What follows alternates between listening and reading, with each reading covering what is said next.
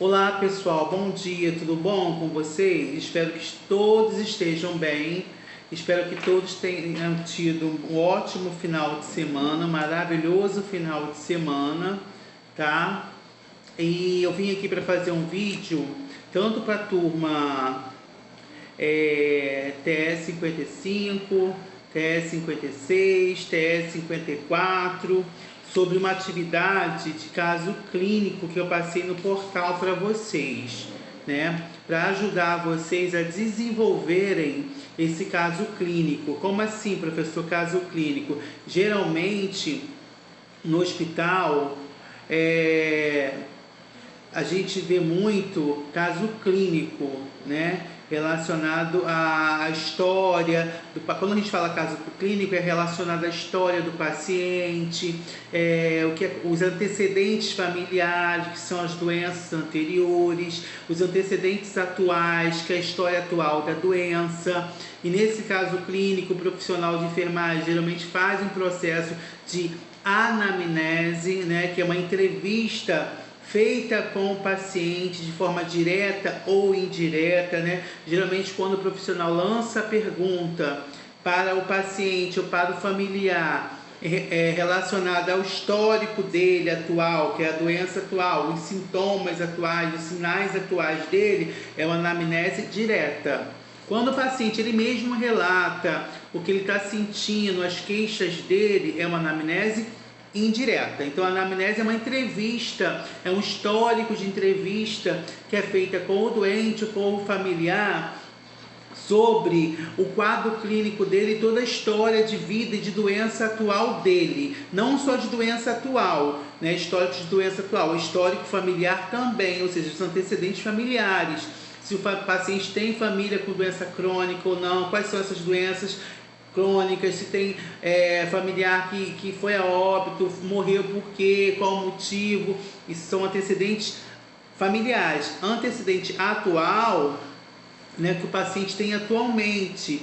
E na anamnese a gente pergunta essa queixa clínica, esse quadro clínico do paciente.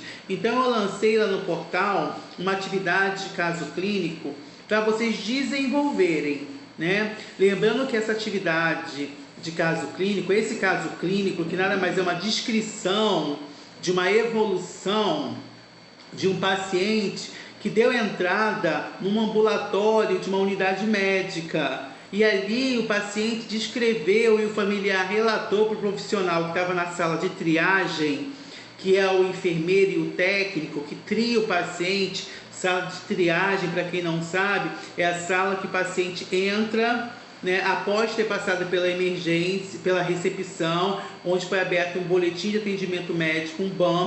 O paciente vai para a sala de triagem, lá tem um profissional, um enfermeiro e um técnico, onde a gente colhe toda a história do paciente e ali a gente vai evoluir ou manuscrito ou informatizado no computador para depois estar chegando até o médico. Só que aqui nesse caso clínico, eu coloquei para vocês de acordo com o que o paciente falou, de acordo com o familiar relatou. Nós, profissionais de enfermagem, nós colocamos no caso clínico, lá na triagem, tudo em termo técnico. Ele fala de uma forma, mas nós vamos descrever e anotar ou evoluir tudo na palavra técnica, nos termos técnicos a qual você já tem a apostila. E o caso clínico está falando de uma forma totalmente popular, porque o paciente não entende de termo técnico, ele vai falar popularmente para o profissional, só que o profissional vai descrever tudo em termo técnico, tá? E lá no caso clínico, a questão número 1, depois que você lê todo o caso clínico desse paciente de 56 anos, é hipertenso, tem um histórico todo aí, pergunta assim, no caso clínico da questão número 1, de acordo com o caso clínico acima, descreva todos os termos técnicos que este paciente está apresentando, ou seja, tudo que ele falou de forma que não é termo técnico, tem que colocar em termo técnico, ou seja, está escrito aí, coloque todos os termos conforme negrito. Então, tudo que está em negrito no caso clínico, você vai passar tudo para termo técnico, porque ele falou para você lá, ó, vamos dizer assim, Histórico familiar no caso clínico. Mãe, pais falecido. Mãe faleceu de coração grande. Qual o termo técnico para coração grande ou aumento do coração? É isso, cardiomegalia, por exemplo. O pai de parada da função total dos rins, insuficiência renal crônica.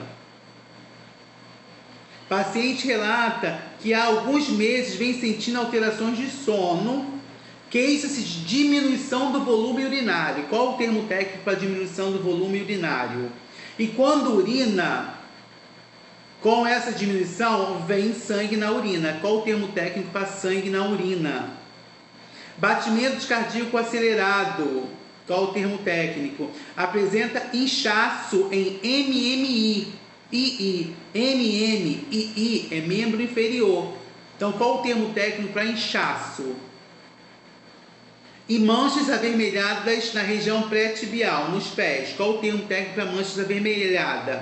E o filho relata que o pai tem sentido muita sede. Qual o termo técnico para sede? Lembrando que ele é diabético. E muita fome. Qual o termo técnico para muita fome?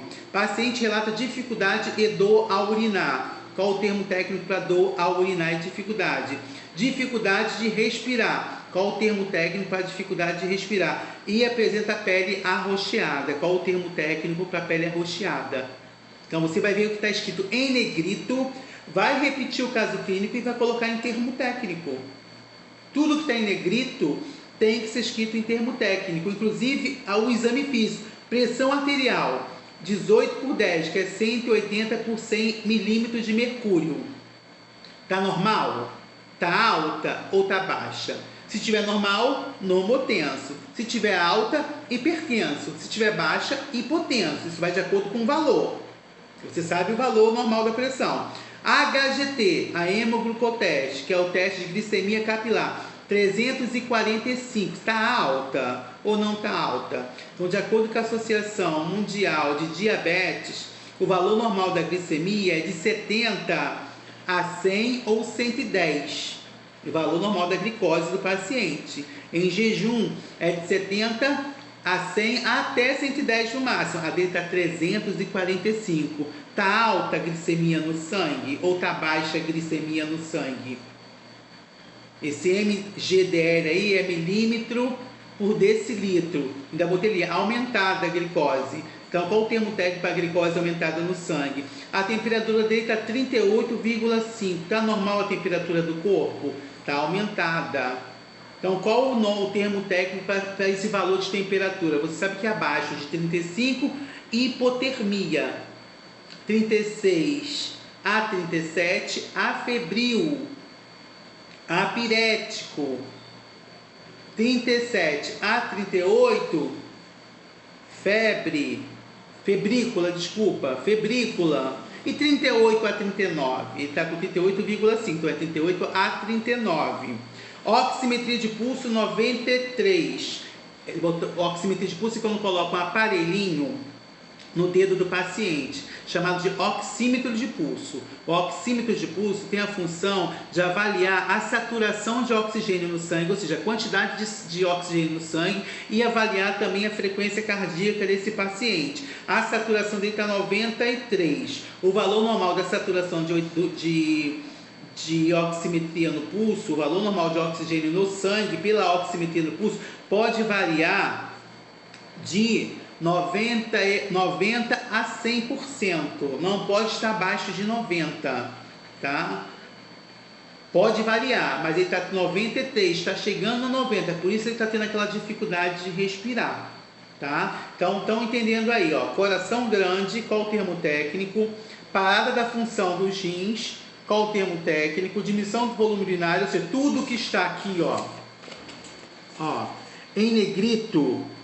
Tudo que está em negrito, que é a parte escura, é para você colocar em termos técnicos.